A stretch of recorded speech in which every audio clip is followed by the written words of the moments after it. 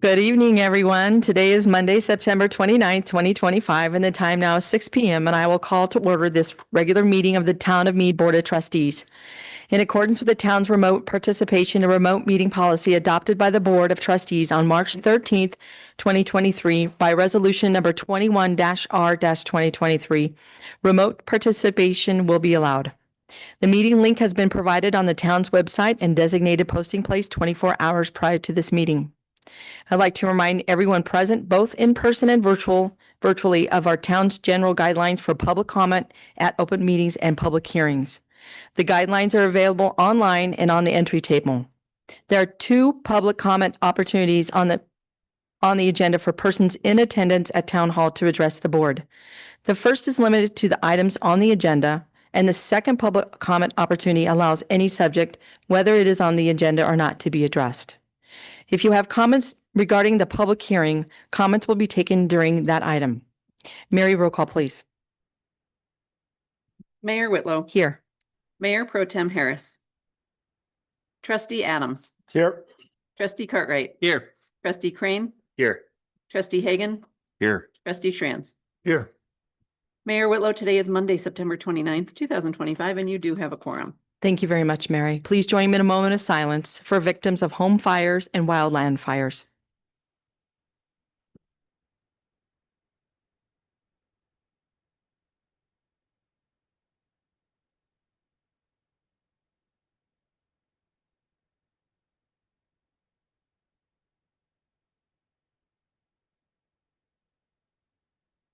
Thank you very much for your time. Please join me and stand in the Pledge of Allegiance.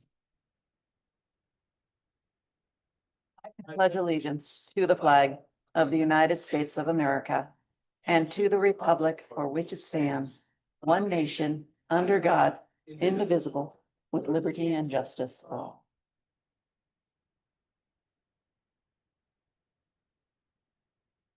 Thank you very much. We'll move on to review and approve agenda. Per staff direction, item E, resolution number 55-R-2025 is being removed tonight from the consent agenda. Are there any changes to the agenda this evening? Seeing none, may I have a motion to approve the amended agenda? I move to approve the amended agenda. Second. Thank you. Roll call, please, Mary. Trustee Schranz. Yes. Trustee Adams. Yes. Trustee Hagan. Yes. Trustee Cartwright. Yes. Trustee Crane. Yes. Mayor Whitlow. Yes. Motion carries. We have an agenda for this evening's meeting. Next is our staff report by our town manager. Ma'am, you have the floor. Thank you, Mayor. Trustees, you have my report. I do have a couple of items I'd like to accentuate or add. First of all, next Monday, we're going to have a board retreat out at Public Works at 5:30. Just make sure you see it on your calendar. It's that off Monday. I think we scheduled it several months ago. So just making you aware of that.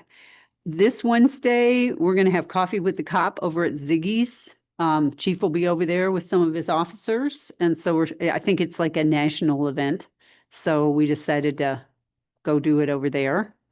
At 8 to 9 a.m. Generally coffee hour, but and then coffee with the mayor, on the other hand, will be Saturday, but it's going to be at its new home at our community center. So it won't be out at Public Works anymore. And then just remind everybody, Domino's Pizza is opening tomorrow at 10:30, serving pizzas. So I stopped over and met the owner and the manager, and they're real excited to get going. So it's exciting to have more food choices in Mead. And the parking lot will be paved. I think we're shooting for this Wednesday. Tomorrow. Yes, they're starting the excavating and the lights are in. So they've done all the concrete work. So it's kind of nice to finally put the icing on the cake and have that done. It's nice to click some of our projects off our list. So, and that's all my additions. If you have any questions. Questions or comments for Helen tonight? Hagan. What's on the agenda for the retreat? Or What's what's the goal of the retreat? Well, we are meeting with the mayor later this week to come up with the agenda. You know, we set these up on a quarterly basis. Preliminarily, there's some things that staff would like to talk about as far as planning and development and some just staff direction. But if there's something you would want on the retreat as well, just let us know and we'll put it on there. But I don't anticipate it being, 3 or 4 hours long. I think it'll be a relatively brief one. 5:30 out of Public Works. Thank you. Any other questions? All right. Thank you, Helen, very much. Okay, we'll move on to our informational items tonight. The first is our community engagement update by our Director of Community Engagement, Lorelei Nelson. Sorry. Hi, thank you. I have a presentation. Tonight is primarily giving you all an update on the community center. We have been open 3 weeks as of today, and things have been going fantastically over there.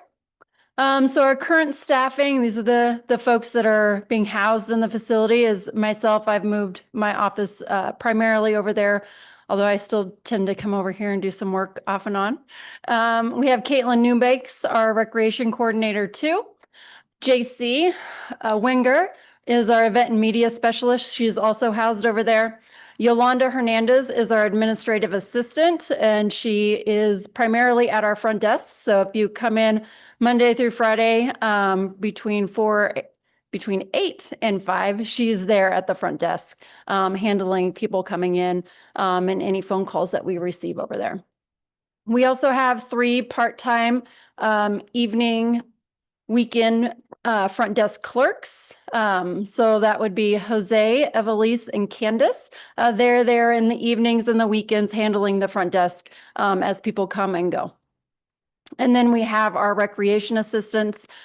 We typically have an additional recreation assistant housed over there during the week, evenings and weekends to assist with facility setup, tear down, anything that we have going on there. They're also helping in addition to their typical job duties, which would be helping with events, helping with recreation programming, practices, games, that kind of thing.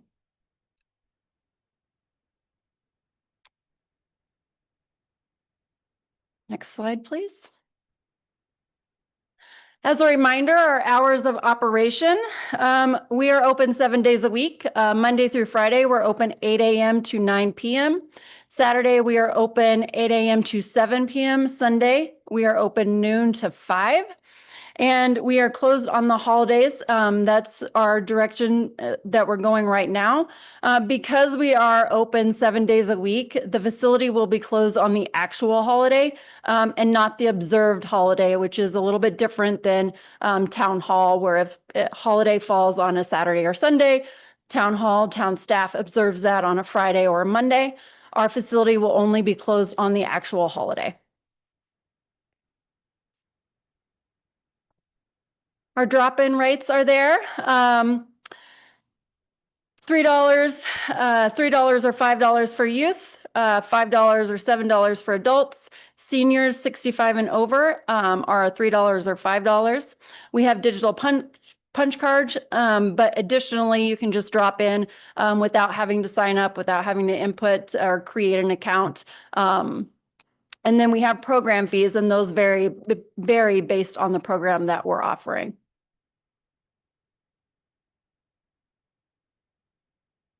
So we have a lot of things going on over there. We have our Summit Singers, our incline choir. This is for 3rd through 6th graders. We have 31 participants, which was pretty amazing. It's our first music program that we've done. We have Meg Lawless, who is a middle school teacher. She is our choir director for this program over there. And that's happening on Mondays. They just met for the 3rd time tonight. High Plains Library District is running 2 to 3 programs over in the community center a week. And in October, we plan to begin offering yoga classes. Our adult leagues and tournaments will also start in October. We will have youth practices and games in the community center. We are planning to have silver sneakers classes in 2026, and then we are looking into self-defense classes in 2026 as well. With our silver sneakers classes, we have a fitness instructor that we've already contracted with, who runs another program for us. And we would like her to take on this silver sneakers class because she already has a rapport with quite a few people in Mead and the surrounding areas. Unfortunately, her silver sneaker certification lapsed because we hadn't had this program before. So she is looking to get that recertified, and then she will be able to offer those programs in our community center. Additional things going on. As Helen said, we will have coffee with the mayor over at the community center. This happening our first time at on Saturday, this Saturday, but it is the first Saturday of every month. Additionally, we have Color with the Cop. This is programmed for the third Saturday of every month. We have cleanup days vouchers. So cleanup day voucher pickup started today. We do have vouchers here at Town Hall, but we are directing the majority of people over to the community center, primarily because our operation hours are expanded. And so it just gives people a little bit more wiggle room to get over there, get their voucher after work or on the weekend. And we've had quite a few internal reservations. So this would be staffing reservations, employees making a reservation for the room to use for different meetings. We'll have a regional SRO meeting over there. We're going to have our employees benefits fair over there. We have our coaches meetings. So our flag football, volleyball, basketball coaches meetings that we typically host over at Public Works will now be at the community center. In addition to other business meetings, if we have an event, we generally meet with our partners. So the Mead Chamber or Grandview Church, we have meetings with them. We'll have those in the community center now. Public rentals, we've gotten quite a few inquiries on this. This facility will be available for the public to rent in 2026. Our fee schedule was set in June of 2025, and this will carry over into 2026. We have the multi-purpose room at $70 for a resident and $90 for non-residents. And then we have the gym court to be able to rent it or reserved. These rentals are a little bit different than our park and shelter rentals. The community center rentals will be done by the hour compared to our park rentals or our shelter rentals that are done in 4-hour increments. And this is primarily because a lot of people that are going to come in and use the facility for a rental are not going to want a 4-hour block. You might have somebody come in and want to host a community meeting or an HOA meeting. And we want to give those people an opportunity to reserve for the hour or hour or two that they need instead of an entire 4-hour block.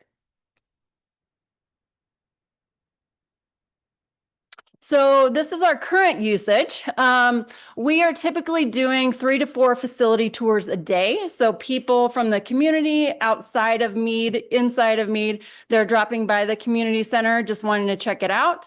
So we have staff taking them around, showing them the facility, explaining the things that we offer, our programming, our rentals. Today, we actually had 6 tours, so it's every day folks are coming in and wanting to check out the facility and learn about it. It's been great. We've had a couple of rainy days, and so we have Girls on the Run program and we have flag football programming running right now. These are outdoor sports programs, and with the weather, they would have been rained out, but with the community center, we've now been able to move them into the community center. So the Girls on their Run had 2 practices at the community center because they otherwise would have been rained out. We had a flag football practice over at the community center because they would have been rained out. So typically what we do with this is we'll close down half of the gym and use it for the practice, and the other half remains open for drop-ins, people that just want to shoot hoops, throw a volleyball around, whatever it may be. We have processed over a dozen memberships. So this is a membership digital punch card. And these are people that have an account with us, and they may have, family members on their account. So we give them a card and they can come in, scan, and use the facility. As of about noon today, we had 121 drop-ins. So that is just people that don't necessarily have an account, but they're just coming in and paying a single drop-in fee to use the facility.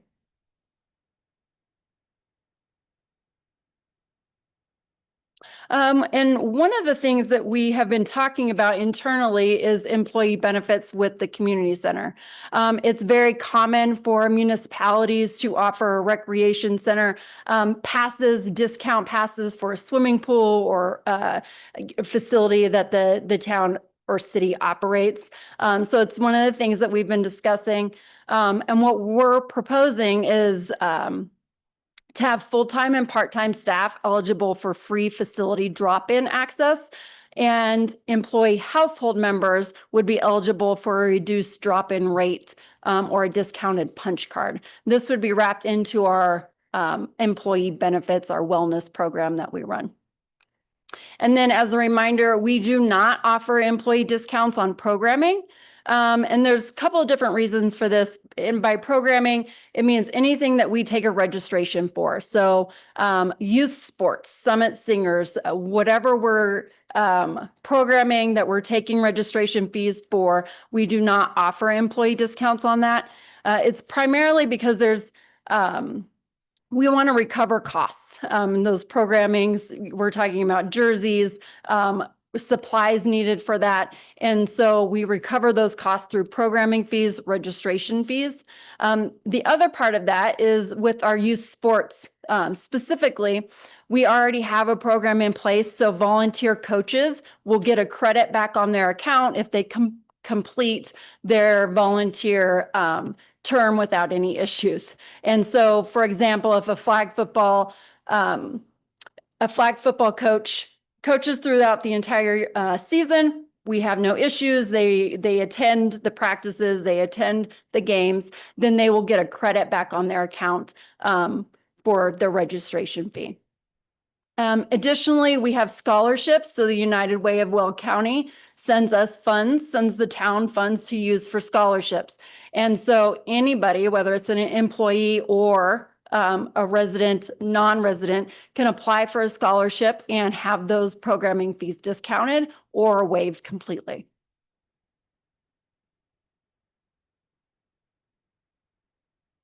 So that is my spiel on the community center and updates. But I'm happy to answer any questions you may have about the community center or anything else related to community engagement. Trustee France and then Trustee Cartwright. Hi, Lorelei. Hi. I can't look at you, but I know you're there. I do have a question. Does any of our staff in the community center have any medical certifications? So all of our recreation employees, with the exception of newly hired ones that have been hired within the last 3 months, are CPR, first aid, and AED certified. Thank you. When you come for a meeting, do you have to pay the drop-in fee? You do not. So if we have programming in there, and I'll use Summit Singers as an example, we've already taken a registration fee for that. You do not have to pay the drop-in fee to also be in that building. Coffee with the mayor? No. Okay. No registration? No registration fee Okay. and no fee to use that. So another example would be High Plains Library District. We are partnering with them. We want to give them an opportunity to showcase all the awesome things that their library is going to bring to Mead. And we ask that people sign in so we have a record of who is there, but we are not charging a fee for that. Good. Any other questions?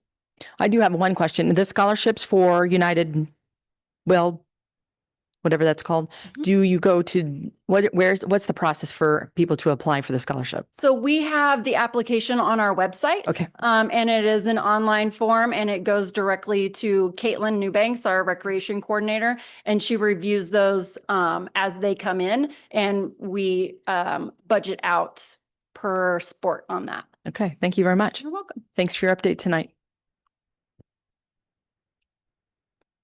Okay, the next informational item for us tonight is a police update by our Chief of Police, Brett Newbiggs. Sir, you have the podium.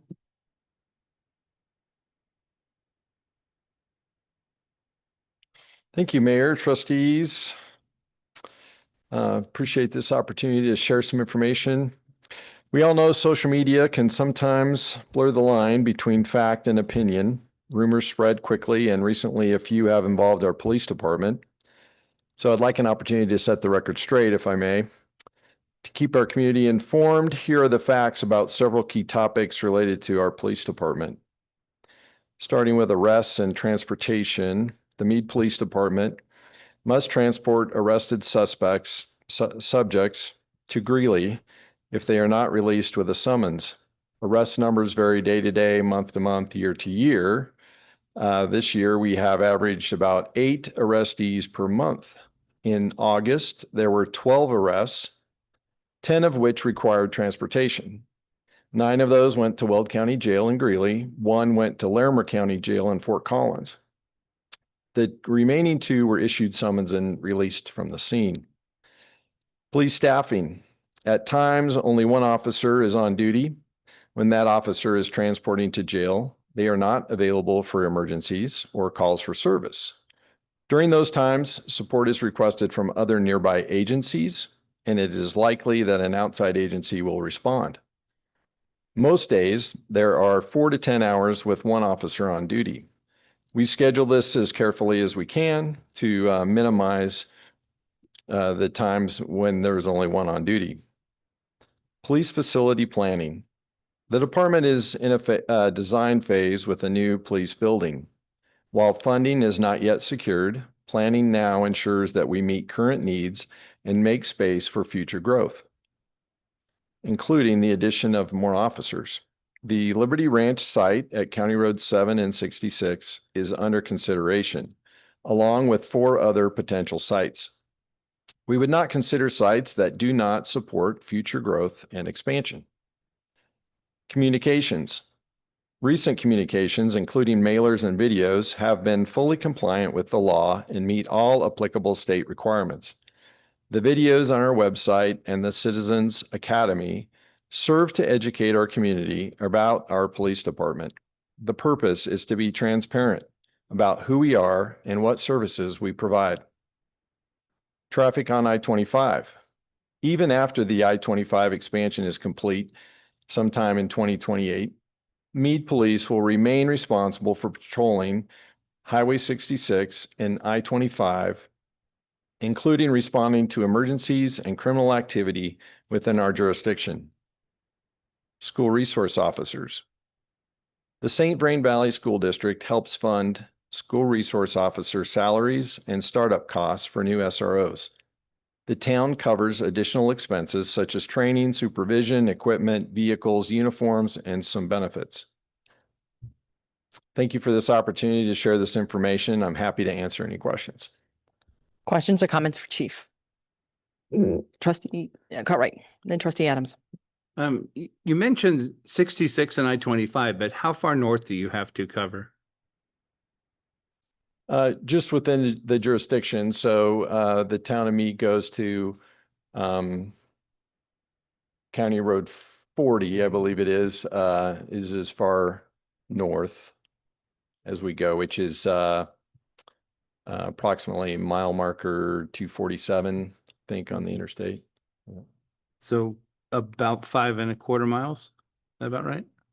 Of I-25? 5 miles of I-25? Yeah. Yeah, 242 to 247. Okay. Thank you. Trustee Adams and then. I was just gonna say, thank you for clarifying that information and making that public. Of course. Thank you, Trustee Schranz. Ditto. Thank you. Any other questions or comments? Thanks, Chief, for briefing us tonight and giving us some updates of what's happening. Thank you. Thank you. All right, next, for our last informational item of this evening is 2026 draft budget presentation. And this will be presented by our Administrative Services Director, Town Treasurer, Mary Strutt.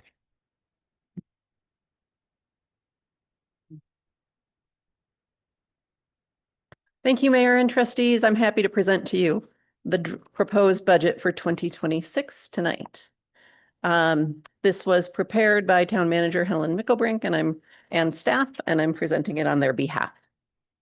My presentation this year is going to be a little different than I've done in previous years because we've done the meetings coming up to this. We've done a couple of budget discussions over the last couple of months. So the first thing that I generally do for you is a quick overview of 2025, and I decided to do it a little differently this year. When I think of 2025, these are the words that came across my desk hundreds of times this year. And so I put them in a word cloud. I thought it was kind of fun just to see a lot of the things that we were doing. I started entering these words and I got up to word number 72. And I realized that it stopped updating after 50 because that was all that the free version would allow me to put on here. But anyways, it does give some pretty good ideas of things we were working on in 2025. So hope you enjoy the visual of that. Here's our budget process that we've talked about for 2026. This year, we did it with a series of budget discussions at your meetings. We talked about the schedule. We talked about projects at a couple of meetings for 25, 26, and the future. We did a meeting on revenues and expenses. Today, we're on the 2026 proposed budget presentation. And the final step is a public hearing where the budget is officially adopted. Oops, I hit it twice and I can't make it go backwards. Okay. So here, for those who like to see it set out by dates, here's a chart for us. Again, June and July, we did some meetings talking about the upcoming budget. We did talk about potential projects, but we also talked about the state of our finances, which we'll get into in a minute. So today I'm doing the budget presentation. Unless there's a lot of questions and concerns about the budget, we'd like to do the public hearing on October 27th. That's earlier than we've done in the past, but we're looking at the best way to look at the budget and approve the budget now that our election date has moved to November. So we're going to see how this works this year. So let us know what you're thinking. But it can be finalized in November. And the advantage to having the public hearing in October that we didn't have before is if there's questions that come up in the public hearing, it can always be continued to the date of another meeting. Where in the past, if we adopt the budget on the last meeting in December, if there's questions that come up, you'd have to continue it and schedule a special meeting. So this gives us some opportunities to really look at the budget. Okay. And I do have at the bottom, there is a sales tax question for law enforcement. If that passes, the budget would potentially be amended at some time in 2026. Okay, so here's the budget assumptions that I gave to you in June. Exact same slide, I just copied it. I said that we were going to have kind of flat revenues with increasing costs, minimal increase in sales tax, property tax was going to be flat, residential housing had slowed.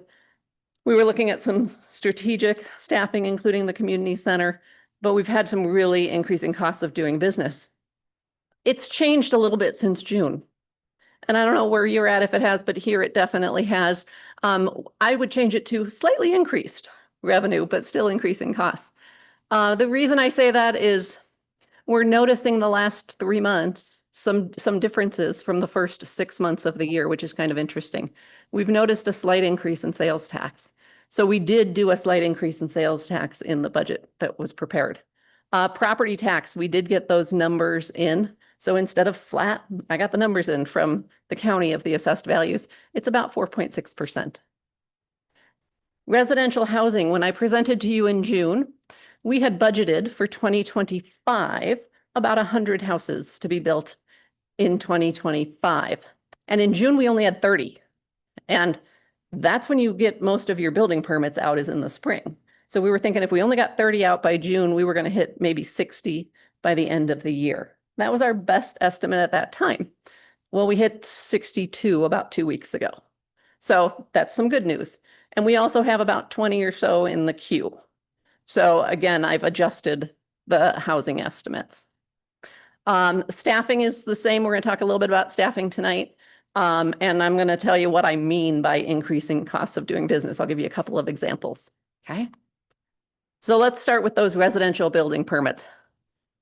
Again, I like to go back to 2021, and I know that's pretty far back, but 2021 was our high water mark when Sorrento built most of their houses and when the Highlands was building, and we had 334.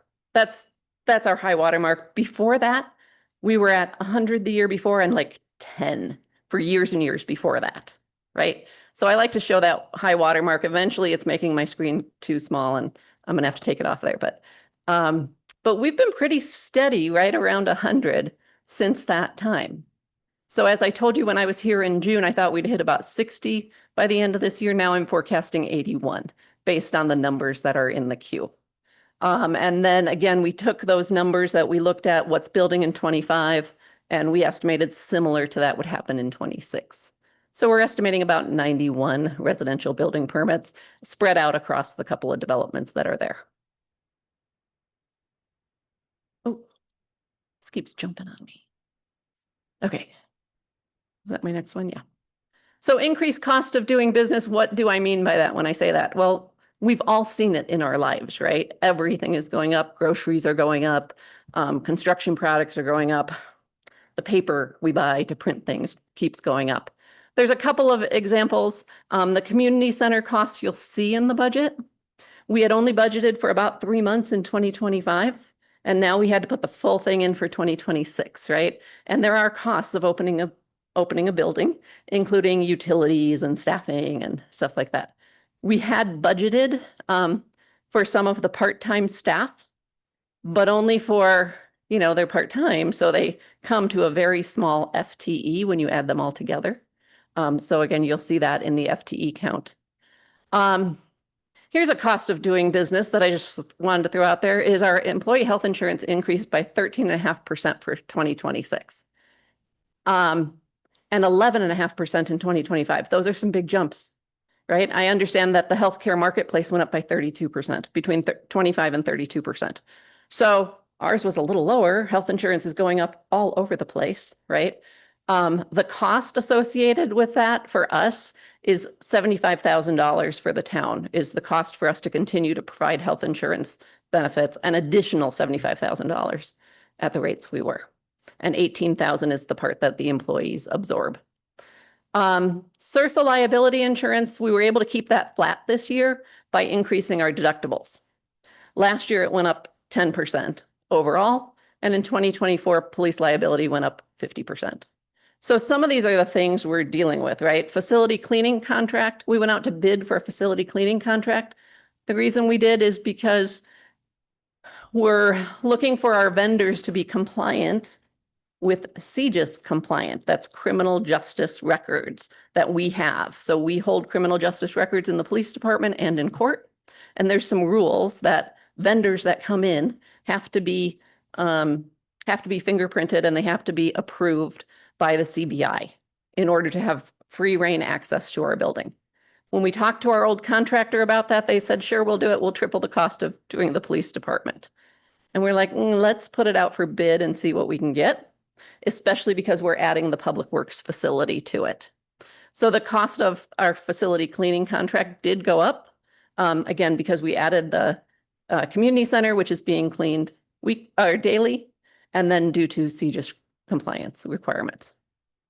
Software subscriptions, those drive me crazy, right? You used to be able to buy Microsoft Office at Best Buy, plug it in your computer and use it. You can't do that anymore. It is $13.38 for each email that we have signed up on to provide all of the Microsoft Office products. $13.38 per month is what we pay. So currently you'll see our FTEs for 2026 is about 60 employees, but our headcount with those part-time employees is 74. So 74 times 13 is what we're paying per month for Microsoft Office. And Bluebeam does the same, Adobe does the same. So that's a pretty big expense. Police training and equipment is one that you'll notice in the budget when you get to the police department. that increased from 25 to 26. And the detail is in the budget. Okay. Strategic staffing, here's where I've got those FTEs. Our 2025 FTEs was 54.16. Our proposed for 26 is 59.08. Some of that is in those part-time rec and front desk, and it's like, 5 employees equal 1.25 FTEs. It is in the detail in the back of your budget book. There is a list of all the employees and all the FTEs in the back of your budget book. For add to staff positions, there's one school resource officer, which would be fully reimbursed or partially reimbursed by the school district. And then we're looking to add a communications manager and a town clerk for next year. We have identified other staffing needs in planning and facilities and parks, but we haven't put those out there or put those in the budget yet because we're still vetting out what that means and what we would need.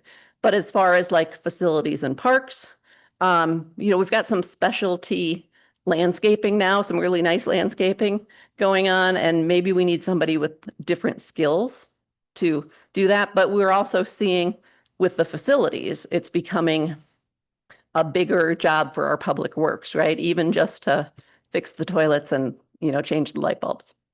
So we're going to look at those needs. And we would bring any other changes to staff, we would bring back to you, but the ones listed above is what we're looking at. So I have on here the communications manager.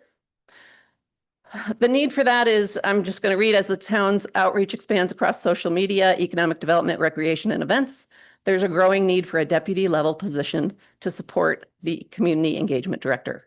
This role would broaden outreach capacity, provide staff oversight, ensure continuity, and strengthen succession planning. So that's the purpose of that role and why we think it's needed. Again, it's been vetted across staff as this seems to be a big need here. The second need would be a town clerk. I'm not going anywhere. I'll say that outright.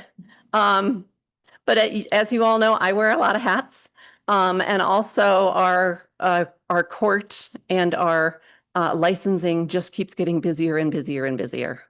And strategically, this seems like a good role to fill.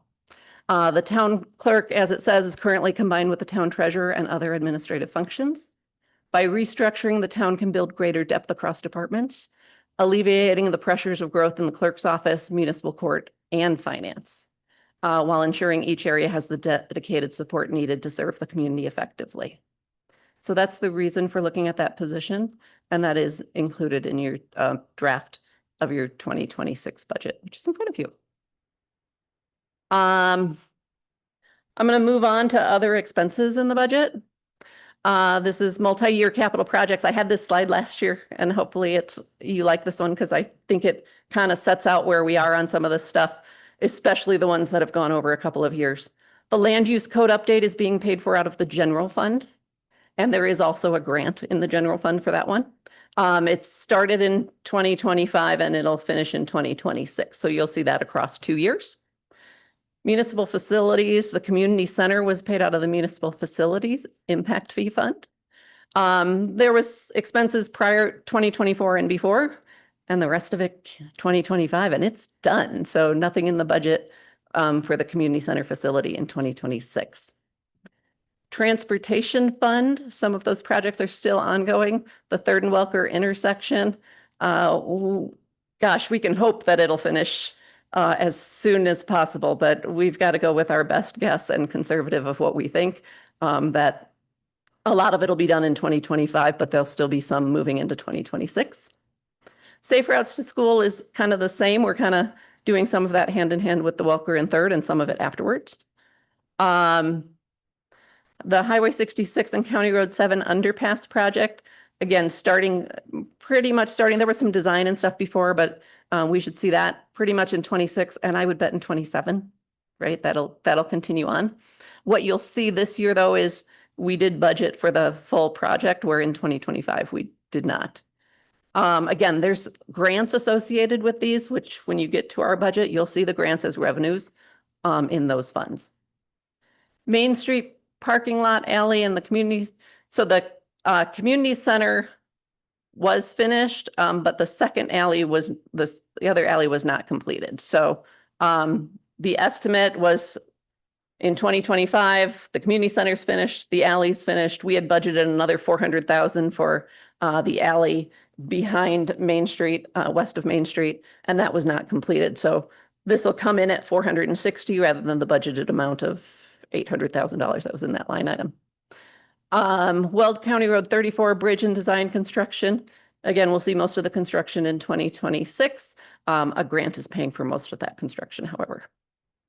Under the Parks and Open Space Impact Fund, those Liberty Ranch restrooms, I heard, were they delivered? Is that what I heard? They were delivered. So we're gonna have restrooms over at Liberty Ranch. That's pretty exciting. They'll be building that soon.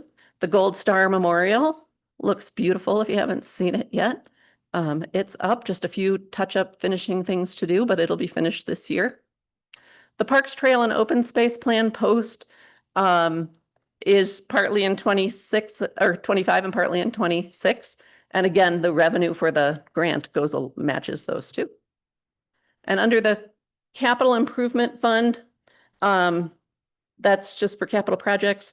We've had segment 5 I-25 enhancements. We don't have those specifically identified yet, other than $20,000-ish for some conduit to put in. But the $1 million is just appropriated to be spent as needed. And again, any project for that would come back to the board for approval. The Art in the Roundabout project, that's expected to mostly happen next year. And then the contribution to Weld County for those concrete roundabouts should be possibly some this year and possibly next year. Okay. Ooh, keep hitting it. So when we talked to the board about projects for next year, we talked mostly about strategic planning, and for two reasons. One is we've got some major projects that are just finishing up, which is fantastic. But two, we saved money for years. This board, previous boards, the town manager and previous managers planned on this, right? Planned on saving up money to pay for some of these projects. You'll see at the end of 2026, our fund balances are starting to get pretty low. And that's by design, right? And then you've got to catch it up again so that you can do some more of those projects. So it's a good year for strategic planning. I may have mentioned already that I talked at the last meeting that I talked to Chris LeMay at DOLA about doing the strategic planning. This is going to take the board input. We'll need you all to come to probably some retreats or extra meetings to get your vision of the town of Mead and what it's going to look like. From there, the start is the vision, right? But the next steps are some plans that we'll need to do to get there. And I listed a bunch of them, just sort of brainstormed, listed them. I probably missed some. Most of these plans that are involved would be overseen by a staff member, probably with some consultants involved. But those are some lists of what needs to be done. You all know, right? We're at about 6,700 in the town of Mead. There's some development. We're kind of on the cusp of some stuff. It's a great time to be planning and decide what we want Mead to look like in the future. All right, let's get into the budget. Okay, general fund expenditures. So you all know the general fund, we try to match our expenditures to revenues. So this year that number is $11.4 million. So our revenue projection is $11.4 million, and so is our expenditures. Lorraine will go over a little bit of detail of that with you in a few minutes. And it is in your budget book. Hopefully you'll find your budget books a little easier to read this year, getting a little better with that new software. You will see last year, we changed a bunch of our accounting codes. So you'll see a lot of zeros or a lot of numbers in the 23, 24 columns and zeros in 25, 26. That's because we changed that code and moved it over to here. So then you'll see zeros down here and numbers down here. So that's what that is. You can match up those columns by reading the title of it, but they are in different columns because of the different account numbers. Our general fund expenditures are in the budget by department. And these go in order of expenditures. So the top expenditure of our departments is the police department. In 2026, the budget is just over $4 million. And I think that's about 36% of our budget. We've seen this slide before. This is the police expenditures trend. I changed it for 24 actual. I did 25 projected and I added on the budget for 26. The numbers are there. When we started the police department in 2019, we were about $1 million. We're looking at just over $4 million in 2026. This is for full staffing. And so, just full disclosure, right? In 2019, we probably had 4 or 5 or 6 officers, right? So we are fully staffed now. We are fully training our officers. And these are the expenditures in the 2026 budget. I do mention that does keep going up. It does keep becoming a piece of our budget. On November 4th, this board did approve a sales tax question going to the citizens of Mead. 1% sales and use tax to go into a segregated fund. This is not included in the 2026 budget, right? And we will not include it until we know how the voters of Mead respond. So significant changes, I'm going to list them out, but Lorraine's going to go through them a little bit. Revenues. So this is just in the general fund revenues. Severance tax was an interesting one. I actually researched it because severance tax is related to oil and gas minerals that are extracted or severed from the ground, right? We generally have $120,000. We do highlight it as one of our higher revenues for you when you get the financials every month. Yeah, this year it was like $30,000. I don't have it in front of me. I'm sorry, but way low. And so why was it way low? People all over are asking why was it so low? And the state legislature did some research into it. It was low because the oil and gas industry was allowed to get assessed value credits on their taxes, and they all took them last year. And that's what brought it all down. So next year it should go back up to about that $120,000 mark. So, so I did budget at that amount because the state legislature is telling me it should go back up. Investments, you'll see those numbers going down. And the reason is we're spending down our funds, right? So if we don't have as much money in the bank, we're not going to get as much investment income. We've done very well. Our investments have come back at a rate of about 4.5%. Right now it's down closer to 4%, but that's still pretty good in today's market. But the amount of money we have invested is going down as we're finishing up these projects and paying for these projects. New on the budget this year in the general fund, you'll see some improvements for town hall and police facilities. That's something that our maintenance staff went out and got some preliminary estimates on the costs. One is the facade here at town hall. This building is, 14 years old, 12 years old. And woodpeckers really like our fake stucco. So there's holes all over and patches all over, and it's a mess. So we did get a quote for fixing that. There's some roofing issues here at the town hall. There's also some roofing issues at the PD on their main facility and on their facility that they use for evidence and storage. So we did include both of those in the budget. Police equipment is one. Again, you'll see the itemized list of everything that's there, but gosh, they need those body cameras and I think we're getting dash cams installed this year. So some of that does cost some money. Community development is Department 43 in the budget, and they're looking for some software to help them with planning stuff. Department 46 is new this year. Well, it was new last year, but that's the community center. So you'll see that fully vetted out. Under community engagement, there is, I think, $200,000 in there for a sign, an LED sign downtown. But we would expect a grant to cover about 160,000 of that. And without the grant, we probably wouldn't move forward. And then the costs of salaries and benefits and the strategic planning initiative.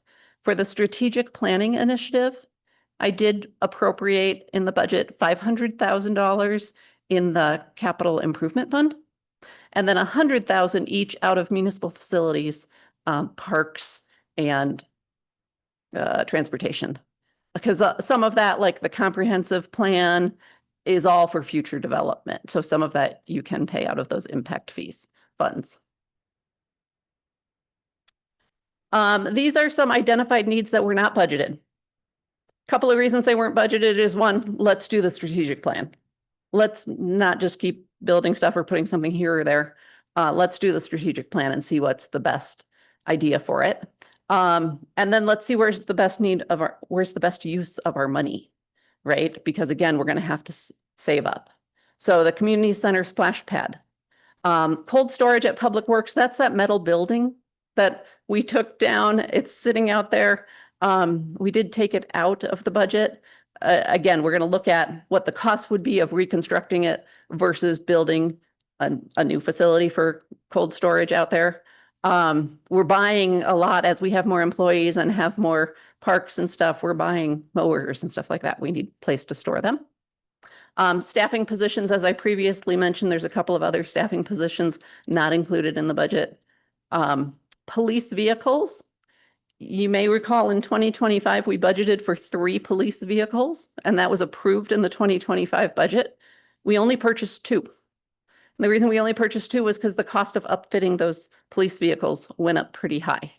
And so with the funds available, we could buy 2. We did include 1 in the 2026 budget, and the SRO vehicle, which is being partially funded by the school district. But there is a need to replace another vehicle in the police department, but we did not include that in this budget. And then, you know, we talk about like a regional park, or we've talked about, when we talked about the municipal facilities, a park at Liberty Ranch. So again, what are those needs? And the County Road 5 bridge repair and replacement, that again, when we've talked about County Road 34 bridge repair, we also talked about one on County Road 5. It's identified as a need, but let's look at the strategic plan and see where we can go. And then I've got Lorraine Trotter from Professional Management Solutions to go through the budget with you. And at the end, we'll answer any questions. Thank you. Thank you, Mary.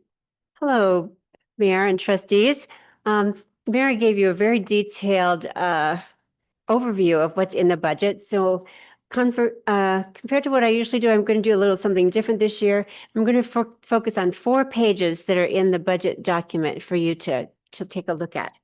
One is your transmittal letter from your town manager.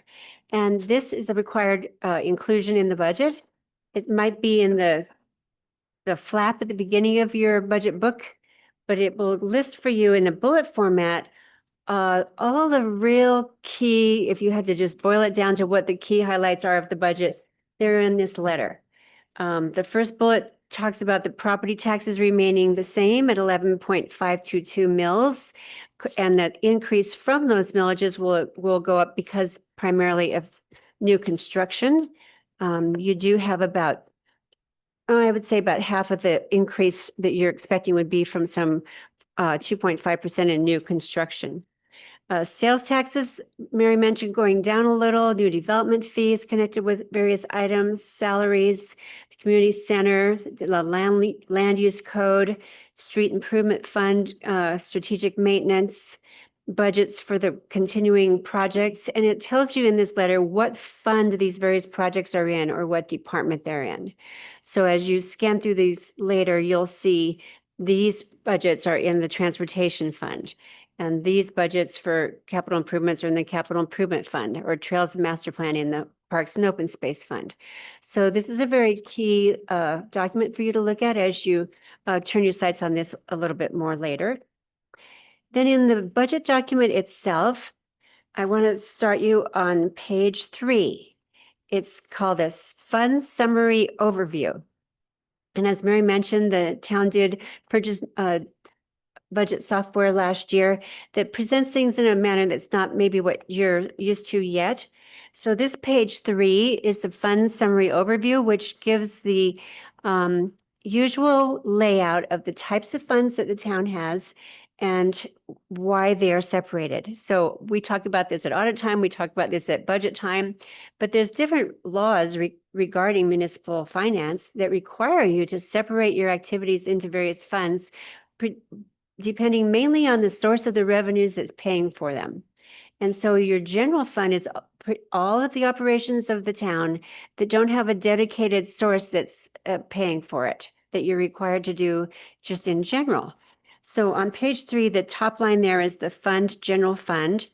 You'll see the 2026 beginning fund balance, and that's forecast because we haven't finished 25 yet, but it's expected that the beginning fund balance at the beginning of the new budget year for the general fund will be 8,387,000. It's expected from or forecasted 11.4 million in revenues will come in during the year. And those same amounts will be spent, which is Mary alluded to that when she said that we balance the revenues and expenditures. And so you would have the same ending fund balance at the end of the year if that exactly happens. Well, as you know, budget is a plan, not a promise. So it won't turn out to be exactly those numbers. It'll unfold as it unfolds, but that's the plan, to keep the fund balance where it is. The years I've been associated with the town, 7 or 8, it's generally gone up. And so you've had a good track record of increasing your fund balance so that you can pay for rising costs and operating and then pay for operating the town should there be a calamity where you're not getting revenues in for some period of time. When you look at the following lines on that page 3, it shows you the breakout of these other funds. So the street improvement fund is a special revenue fund because it has a special tax that can only be used for that.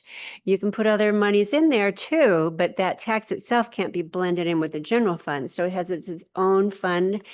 And you see here on almost all the rest of these funds that they start with a planned beginning fund balance of one amount and end up with a very much reduced ending fund balance at the end of 2026. And that's what Mary was mentioning when she said, you've been building up to do these projects, now you're doing them and you're drawing down those fund balances. And so those monies won't be there later until you build them up again. So the special revenue fund for streets improvement, starting with $1.3 million, planning to bring in another 3.2, but to do projects worth 4.4 million to bring that ending fund balance down to $161,000 at the end of the year. Now, these special revenue funds aren't like your general fund where you have required things you have to do every year and where you need a fund balance that can pay for that should something go wrong. These are projects by projects generally. So until you build up more funds or get new grants, et cetera, you don't have as much money to do new projects. Conservation Trust Fund is funded by the shared revenues from the state from the lottery ticket sales. You're saving those up, and that's starting at 15,000, expecting to get about 81 grand in, but you use some of them in 26 and end up with about 21,000. Then you have your impact fee funds, and all of these are the fees paid by development that have to be used to pay for costs that development is causing the town to have in the future. And so you've been building these up over the years very prudently, but most of these are going to be brought down during 2026. Police impact fees are at 30,000 to start. They'd be at 2,000 to end, with more coming in the interim, but spending down this beginning fund balance. Municipal Facilities Fund starting at 16 grand, and that one building up a little to 102,000, with plenty of revenues coming in and out during the year, some from additional impact fees, but many also from grants, as your staff is renowned for securing. Transportation Fund is similar, starting with $1.8 million, bringing in a lot of revenues that are from additional impact fees, but mostly from grants, and spending those to complete these transportation projects that you've got underway, and ending up spending them all down to except for about 20,000 by the end of the year. Parks and open space, starting with 171,000 and adding to that during the year. Capital Projects Fund, starting with 3.4 million, and drawing those down with capital projects. So this underscores Mary's point that next year is a good year for strategic planning because you'll be completing a lot of these plans you've had in motion and drawing down these funds and needing to apply for more grants or build up those impact fees for the next round, whenever that would be. You do also have an enterprise fund. That's unlike the general fund, which is mostly supported by property taxes, sales taxes, and some fees for services. The enterprise fund is not based on taxes. It's based on the services you provide to your utility customers. And those are revenues and expenditures need to balance and also pay for future capital costs of that fund. So this fund is showing a beginning fund balance of 6.4 with the revenues coming in 2.3, some expenditures of 3.5, which are also pointed out in this cover letter on the second page. The sewer fund budget includes user rate and plant investment fee increases of 6% to keep bringing in those current revenues, capital improvements to use those built up revenues to the wastewater treatment plant digester and blower, and continued sewer line upgrades. So that's the second page there, that page 3, that you'll want to keep your eye on or tab somehow if you're going back and forth in the budget book. The third page I wanted to point out was the general fund revenues. They're on page 4. Mary had a slide that showed this same circular chart that showed the big blue section is taxes. Right under that is a code. Taxes are blue. And as we mentioned, almost all of the revenues that come into the general fund are based on taxes rather than selling or charging people for goods or services provided. But you've got the taxes coming in for about 70% of it. Then you've got some other revenues that are important. They're miscellaneous licenses and permits, charges for services, et cetera, and some intergovernmental funds that you get there. Down on the bottom of page 4, this kind of lays the groundwork for how to look at almost all the other pages in this budget book. And you see those headings, the column headings. Fiscal year 2023, the actual amounts of revenues that came in those various categories. Same with fiscal year 24, the actual amounts. Those are the last final numbers in here because we've got the next column is the 2025 budget. And then we have what we think it'll turn out to be now that we're getting much closer than when we put this budget together at this time last year. And based on where that comes in, we're looking also at 2026 and what we are being projecting for the revenues to be that next year. So reading across and seeing how those numbers compare to one another and can be very useful. So that's the third page I wanted to direct your attention to. And the fourth page is page 7, and it's a similar page identifying the expenditures by department for their general fund. Here again, Mary already showed you this slide, but in this one, the blue section was the police department. So underneath the circular graph is the amounts of each department's proposed budget for 2026. And as she demonstrated, 35% of it is for police. The next big department is administration, which handles a lot of things throughout the rest of the budget and in the special districts and the general improvement districts and the MURA that we had earlier tonight. And then there's about 5 departments that are between 5 and 10% of the budget that follow: parks, community development, community center, engineering, and community engagement. And then you've got some smaller ones, including yours. So below on page 7, it shows each of those departments' total budgets, again, for those 5 columns of 2 years of actual, the current year's budget, the current year's projection for year end, and the proposed budget, the forecast for 2026. When you look at administration for 2026, the $1,930,000, there's detailed line items on page 8 for that. And they all follow for each department, detailed line items. Some of them even have breakouts between the main line item and what comprises it. If you see indented amounts in those other pages, they're not additional. They usually roll up to the first line there to show you the total of, for travel, for instance, and it might show three reasons for travel below that equal the travel budget. But you might want to take a closer look at the bigger ones, especially, and at your own Board of Trustees. Administration is one of the bigger ones, police, of course, and parks, because these have gone up a fair amount from 2023, and you'll see the reasons why for each of them by looking at the detail. Community center, of course, is new. That's on page 23 if you want to start with it. But these other ones will give you line item by line item forecasts for every page. So those are the 4 main pages to look at. I want to go back to the one I said that was this page 3 of the document, which is the second page I looked at. And all these pages, most of the pages of the book are individual departments by line item for the general fund. But do look at those after that, where you'll see for the special revenue funds, the revenues and expenditures on the same page, not just because they have streets will have its street revenues and it'll have its expenditures and its grants. And there's, again, a lot of grant dollars and a lot of intergovernmental shared revenues that are coming in, impact fees.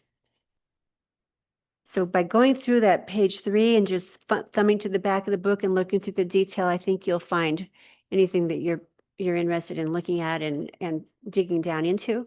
If you come across anything with you'd like more information on, I know Mary, Helen, your department heads can answer those questions. How'd you get this number, or what's your thoughts here and there? With that, I'll leave it to you to take a look, to ask any questions. I know most of you are pretty adept at reading budgets at this point, but I'm happy to answer any questions you might have tonight. Questions, comments from the trustees tonight? Okay. Thank you very much, Lorraine. Thank you, Mary. Certainly. Okay, we'll move on. We have 2 proclamations tonight. The first is Community Planning Month, October 2025. And I ask Trustee Crane, will you please read the proclamation tonight? Proclamation, Community Planning Month, October 2025. Whereas change is constant and affects all cities, towns, suburbs, counties, boroughs, townships, rural areas, and other places. And whereas community planning and plans can help manage this change in a way that provides better choices of how people work and live.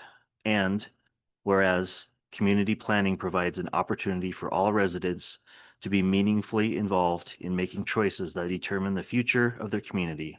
And whereas the full benefit of planning requires public officials and citizens who understand, support, and demand excellence in planning and plan implementation. And whereas the month of October is designated as National Community Planning Month throughout the United States of America and its territories. And whereas the celebration of National Community Planning Month gives us the opportunity to publicly recognize the participation and dedication of the members of planning commissions and other citizen planners who have contributed their time and expertise to the improvement of the town of Mead. And whereas we recognize the many valuable contributions made by professional, community, and regional planners of the town of Mead, and extend our heartfelt thanks for the continued commitment to public service by these professionals. Now, therefore, be it resolved that the month of October 2025 is hereby designated as Community Planning Month in Mead, Colorado, in conjunction with the celebration of National Community Planning Month. Thank you, Trustee Crane. Is there a motion to approve the signing of this proclamation?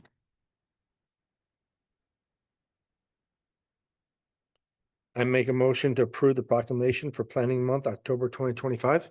Second. Thank you very much. Roll call, please, Mary. Trustee Hagan, Yes. Trustee Crane, Yes. Trustee Adams, Yes. Trustee Shranz, Yes. trustee Cartwright, Yes. Mayor Whitlow. Yes, thank you very much. Motion carries. We'll move on to Fire Prevention Week of October 5th through the 11th of 2025. I've asked Trustee Adams to read the proclamation.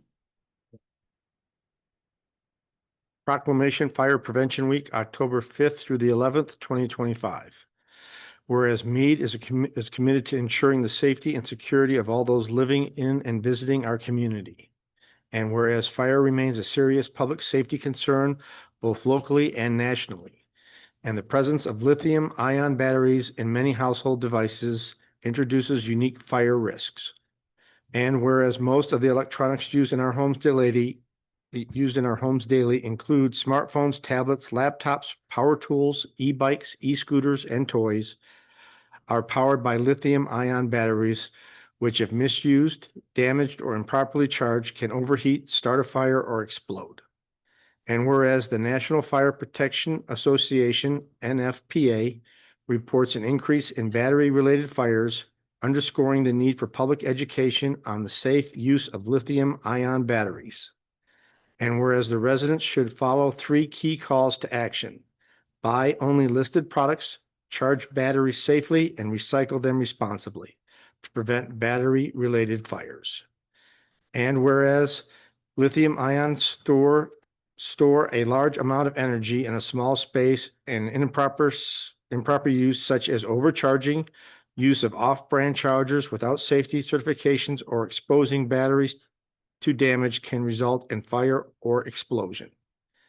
And whereas proper disposal of recycling of lithium-ion batteries help prevent environmental hazards and reduce fire risks in the home and community. And whereas local first responders are dedicated to reducing the occurrence of fires through prevention, safety education, and community outreach. And whereas the 2025 Fire Prevention Week theme, Charge into Fire Safety, lithium-ion batteries in your home, serves to remind us of the importance of using, charging, and recycling lithium-ion batteries safely to reduce the risk of fires in homes and communities. Now therefore, Colleen Whitlow, Mayor of the Town of Mead, do hereby proclaim October 5th through the 11th, 2025 as Fire Prevention Week. Thank you very much, Trustee Adams. Is there a motion to approve the signing of this proclamation? I move to approve the signing of this proclamation. Not second. Thank you. Roll call, please, Mary. Trustee Crane, Yes. trustee Adams, Yes. trustee Shranz. Yes. Trustee Hagan, Yes. trustee Cartwright, Yes. Mayor Whitlow. Yes, thank you very much. Move on to our first public comment agenda item. The board welcomes public comment at this time for any item on the agenda. We will also take comments on items not on the agenda during the second public comment, number 12. Please remember that public comment is not intended to be a question and answer session. The board will listen to your comments and take them into consideration. All comments should be directed to the Board of Trustees and not to specific individuals. If you wish to speak during this first public comment period, please adhere by the town's general guidelines. Please start by stating your full name and address for the record. Each speaker will have 3 minutes to address the Board of Trustees. If you are representing a group, you will have 5 minutes. We ask that all speakers and audience members treat one another with respect and dignity. Let's ensure we maintain a welcoming environment and avoid any actions that could be distracting. Ms. Strutt, do we have anyone signed in for this public comment time? Not for this one, Mayor. Okay, thank you very much. We'll move on to our consent agenda. Consent agenda contains items which are considered routine and are approved with one motion and vote. I want to recognize staff for putting together these items tonight and the board for reviewing them ahead of tonight's meeting. Is there a motion to approve the amended consent agenda? I make a motion to approve the consent agenda with the addition of removing resolution number 55R 2025, number E. Second. Thank you very much. Roll call, please, Mary. Trustee Shranz, Yes. trustee Crane, Yes. trustee Cartwright, Yes. trustee Hagan, Yes.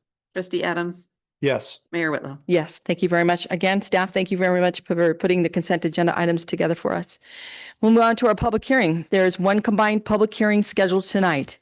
This hearing was continued from May 7, 2025. We will first hear from staff, then the applicant may present. After the applicant, we will take questions or comments from the public, followed by the trustees. I will reopen the combined public hearing, and the time now is 7:14, and I will turn the podium over to our interim Community Development Director, Colin Meros, who will present the staff report. Sir, you have the podium. Thank you, Mayor, trustees. So tonight for your consideration, I'm bringing forward the AMK2 annexation and assignment of zoning. And just before we get started, as the mayor stated, so we have already completed the eligibility portion of this annexation hearing. So the board passed and adopted resolution 33-R-2025 back in May of this year, which found that the property was eligible for annexation to the town. So then at that hearing on May 27, the establishment of zoning and the approval of the annexation, that combined hearing was continued to August 10th to allow staff and the applicant more time to work on the annexation agreement. At that August 10th meeting, we again continued to tonight, September 29. The annexation agreement's now complete. The applicant has executed it, and should the board approve the annexation tonight, the town would then execute the annexation agreement as well. But yeah, so getting into the actual application here. So the property that's being considered for eligibility tonight is the AMK2 property. So the applicant for the annexation is Randy Stipich on behalf of AMK Properties LLC. So the total area proposed for annexation is approximately 13.206 acres in size. It's generally located east of I-25 and north of County Road 34. So I've got a vicinity map here. So as you can see to the north, west, you have the FedEx facility. And then a little farther north of that across the railroad tracks, you have the Home Depot facility. And then directly to the west of the AMK2 property, shown in red, is the AMK property, which is shown in orange. So that original AMK annexation from last year.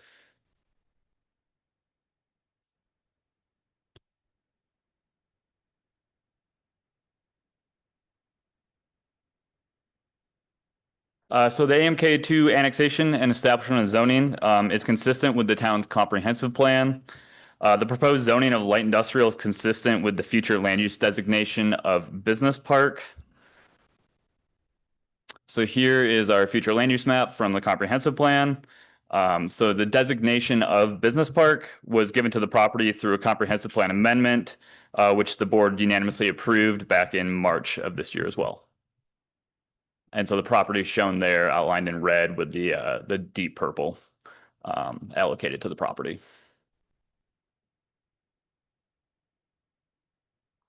And so here's the current zoning map of the town. So as you can see, the assignment of the light industrial zoning for this property would be consistent with the surrounding area. Given that to the north and west, directly adjacent to the property, we have the light industrial zoning currently.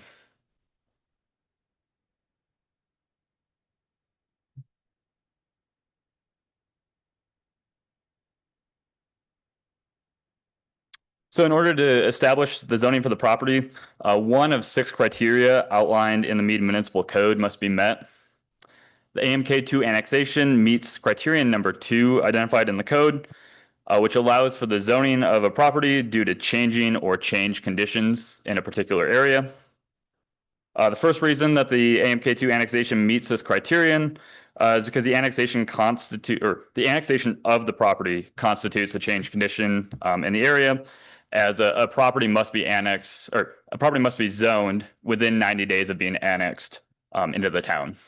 And then the second reason that the annexation meets this criterion is that this sub area of town, along the future alignment of County Road 9.5, between County Roads 34 and 36, has seen an increase in industrial development over the past couple of years, with the FedEx distribution center, as well as the Home Depot distribution center having gone operational. And then future industrial development interest is going on with the previously annexed Radarank property and the rest of the annexed postal properties, as well as the original AMK property that was annexed and zoned last year. And so here's a proposed conceptual plan for the AMK2 property. This, of course, is not final, And it's subject to change as we go through the site plan review process. But the intent for the property is to connect to the original AMK site and create a small industrial park with roughly 5 or 6 buildings. These buildings will have leasable space on the inside for contractors, trade shops, a little bit of outdoor storage. So kind of smaller trade shops versus that larger industrial that surrounds the property with FedEx and Home Depot.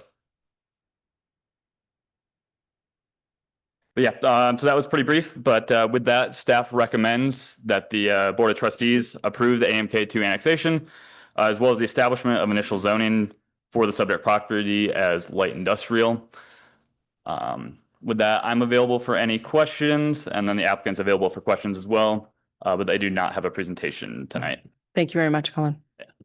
This is the opportunity now for the public to comment on the public hearing. When you're recognized, please state your name and address for the record. You will have 3 minutes to address the board, and we will ask that you please adhere to the town's general guidelines. Are there any comments from the public this evening on this public hearing? Seeing none, do any of the trustees have any comments or questions for either staff or the applicant? Okay, seeing none, if there are no further comments, I will now close the public hearing portion of this meeting at 7:20 p.m. Moving on, is there a motion regarding ordinance number 1088 AMK annexation number 2? I make a motion to approve ordinance number 1088, an ordinance of the town of Mead, Colorado, annexing certain territory known as AMK Annexation 2 to the town of Mead. Second.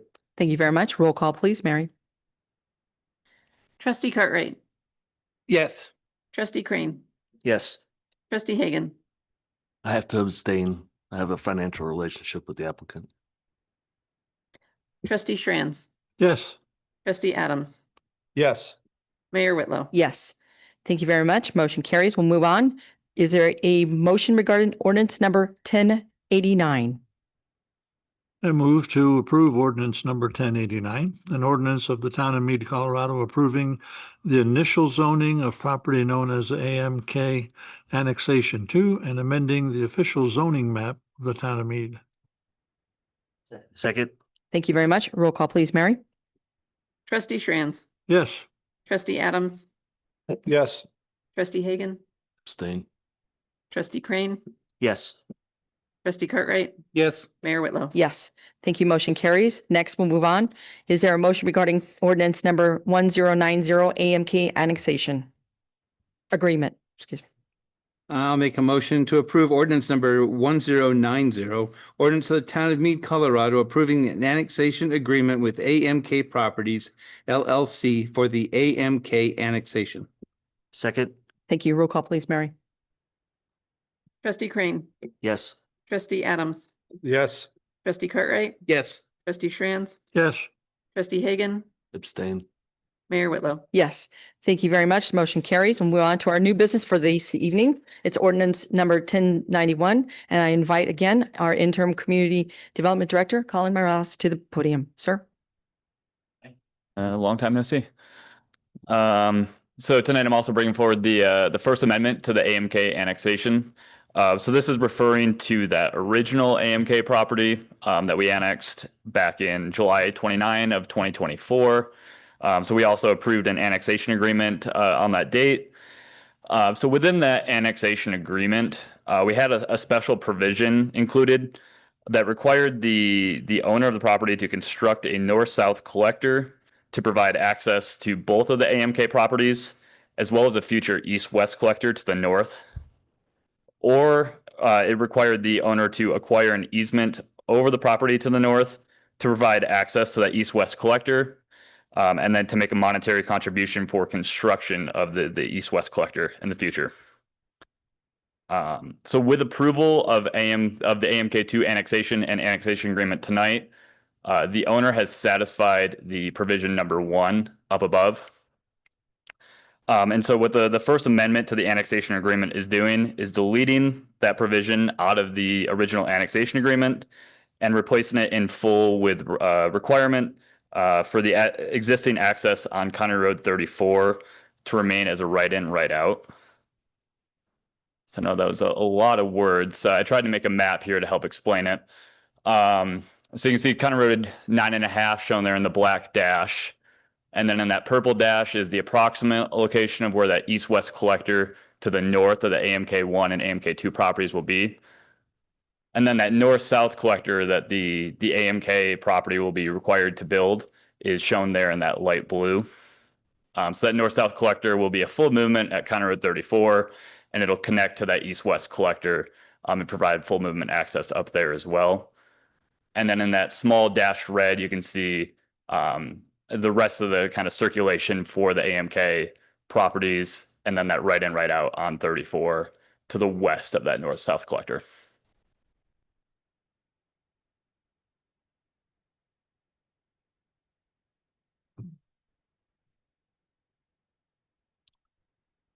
So with that, staff recommends that the board approve the First Amendment by ordinance number 1091. And I'll go back to this slide. And then if you have any questions, feel free to ask. Okay. Questions or comments for Colin tonight? Trustee Schranz? I'm sorry, I'm confused. Can you go back a slide where you have yeah. What is it that we're amending? If I'm reading this right, it says the owner should construct a north-south collector. And you're saying that that is now achieved by what we approved tonight. Mhm. The second thing that the owner had was to acquire an easement over property to the north to provide access for future east-west. And that's what we want to amend? Sorry, so I should have elaborated. That was an either or. So they had to complete either number 1 or number 2 was what that annexation agreement originally stated. And so with the AMK2 annexation agreement, they're committed to fulfilling provision number 1, where they will build that north-south collector. Okay, so since it's an either or, why do I need to amend it? Because they've selected number 1 and they're going to do that. And they only had to do one of the 2, right? Mhm. So I'm not sure I know what we're amending. So Marcus, correct me if I'm wrong, but we did have a date certain as well that this needed to be achieved by. It was December 30th or 31st of 2025. So I believe that's part of the reason that this provision is required, or this amendment to the provision is required. But that's my recollection. Look at the original agreement for AMK number 1. I think the other provision that we're amending is that the original agreement did permit the town to eliminate the right in, right out access on 34. And that's the other, I think, more critical part of this amendment, is that we're allowing now that right in, right out on 34 to stay in a location to be shown in a future site plan that will be reviewed and approved by the town at a future date, tied to the annexation of the AMK2 property. Allowing or requiring for right in, right out? Allowing. Okay. There's an existing right in, right out access point now. Okay. So that it'll be allowed to remain, but the exact location will have to be shown in a future site plan to be reviewed and approved by the town. So that's in fact what we're amending? Correct. Okay. Thank you. Okay, any other questions or comments? Thank you, Colin, very much. All right, is there a motion regarding ordinance number 1091? I make a motion to approve ordinance number 1091, ordinance of Town of Mead, Colorado, approving that certain First Amendment to Annexation Agreement, AMK Properties LLC annexation. Second. Thank you very much. Roll call, please, Mary. Trustee Cartwright, Yes. trustee Schranz, Yes. trustee Hagan, Abstain. trustee Crane, Yes. trustee Adams, Yes. Mayor Whitlow. Yes, motion carries for 1091. Thank you, Colin, and thank you, Mr. Stibbich, for being here tonight. We appreciate your time, and welcome to Mead, even though you live here. So thank you very much for your business. All right, we'll move on to our second public comment of the evening. We have no further other general business. So let's say we will follow the same guidelines previously stated. I will call on individuals in the order which they have signed in. Again, I ask all speakers and audience members to treat one another with respect and dignity. Ms. Strutt, do we have anyone signed up for this public comment period? Yes, Ted Bendelow. Thank you very much, sir. Please join us at the podium.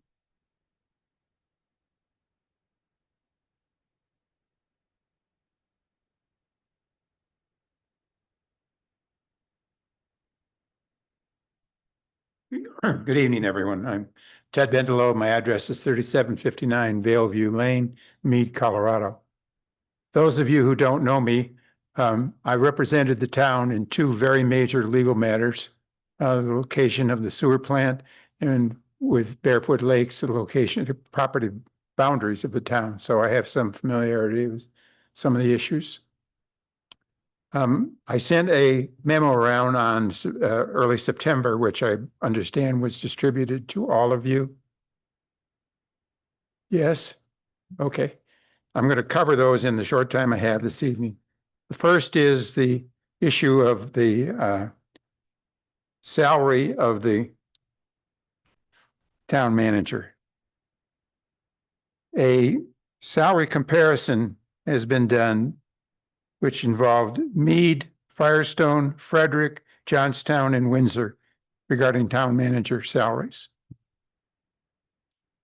Mead has the highest salary by $40,000 over three of those towns. So I am suggesting as part of your budget process, you need to take a hard look at whether that $40,000 more, which is what this is, than what your comparable communities pay, is something that needs to be resolved. And I'm suggesting that $40,000 difference is not reasonable. Second, and most important thing is the Slate contract. The town entered into a contract with Slate Communications. And the key provision of that contract is the town paid Slate $20,700. I'm suggesting, and this was paid with citizens' money, tax money. The folks in the town have paid for a plan, which is the whole point of it is for the improvement of the ballot issue that's coming up. There's a laundry list in the contract of the things that they will address. It's called the Mead 2025 Police Education Plan, and I invite your review of that. My basic point is that the town should make available $21,700 to the opposition, and that's not me. I'm not involved in that. I'm focused on the procedure. That the town citizens' money is being spent to further and promote this ballot issue. I'm suggesting that equal amount should be made available to those who oppose the ballot issue. Otherwise, it's being funded by the town in favor, and the citizens don't have a collective say, if you will, to deal with it.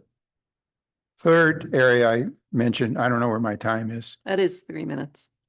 That's 3 minutes. That's your time. Okay, am I stopped? Okay. Thank you very much, Mr. Bendelow, for joining us tonight. The third issue is in the material which previously was distributed to you all. Thank you very much, sir. Okay, is there anyone else, Mary, that would like to talk to? No one else is signing. Anyone here in the audience that would like to speak to the Board of Trustees? Okay, we'll move on to our elected official reports. Any town trustees would like to report on anything? Trustee France? Thank you. Myself and a couple of other members of the board had an opportunity earlier this week to attend a CML thing. And I walked away from that with a great idea that some other towns are doing, and I'd like to see if we would entertain doing something of that nature. Our police department right now does a police academy for the citizens, and that has been successful, and our citizens learn more and more about what our police department does. What another town does is a citizens academy that's developed and presented by the town clerk to bring citizens in to basically show them and educate them on how a town works.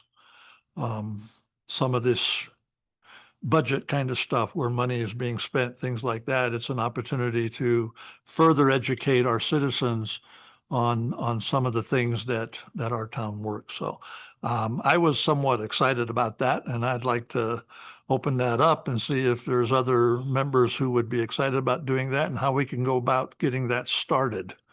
Because I think there's a lot of benefit to it. I just want to comment on that. And I would suggest if the board wants to move forward with that, that we have whoever was it Johnstown? Windsor. Have Mary call Windsor and find out how they went around the process, and then like take a summary back to the board at the next meeting and find out what you found out and how it was funded, how long did it take to get together, some of the background information. But it was everybody really liked that idea during the meeting. So I just want to comment on that.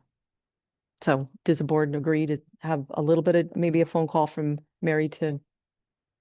Okay. All right. Thank you, Mary. Thank you, Herman. Trustee Cartwright. I'd agree with, is it kind of like a civics lesson? Well, kind of, but like I said, I think it's just really basic. Here's how town works. I mean, I think all of us as trustees have had our constituents come up to us and ask us stuff or make some comment that says, well, that's not really the way it works. Right. But this is what they think it is. Okay. So it provides some enlightenment on. Yeah, why is this why we can, why we can't? This is a separation of all the parts and. How things work. Okay, I think it's a great idea. Point, I think it was talking to the town clerk of Windsor, see how they formulated it. I'm not above plagiarizing, so we can steal whatever. Is this something we could put on the agenda for the retreat? If Mary has enough time to ask. Yeah, if there's enough time. Oh, I'm but Mary, actually traveling next week yeah, she won't be and there. will not All be right, back well, here. just I'm sorry. Yeah. Yeah. We can talk about it without her. We can talk about it without her. We can talk Is that what behind you- your back. Absolutely. Absolutely. Okay, thank you for the suggestion. Anything? Okay. I just wanted to thank you, CML, for putting the fall district meeting together. I think it was very well attended, and it was very nice to get together to find out what everybody else is doing. Tomorrow I get to sit on the speaking of academies, Civic Academy down. I'm one of the panelists down at the Dr. Cog's Civic Academy down there. Several Dr. Cog meetings the rest of the week. Our North I-25 Coalition meeting on Monday night and High Plains Boulevard meeting. So there's 4 or 5 meetings that night. Coffee with the mayor is on Saturday. And of course, our coffee with the cops is Wednesday morning at 8 a.m. So I'm sure there was a lot of other things that I missed along the way, but I appreciate everybody being here with us tonight. And do we have a motion to adjourn? So moved. Second. Roll call, please.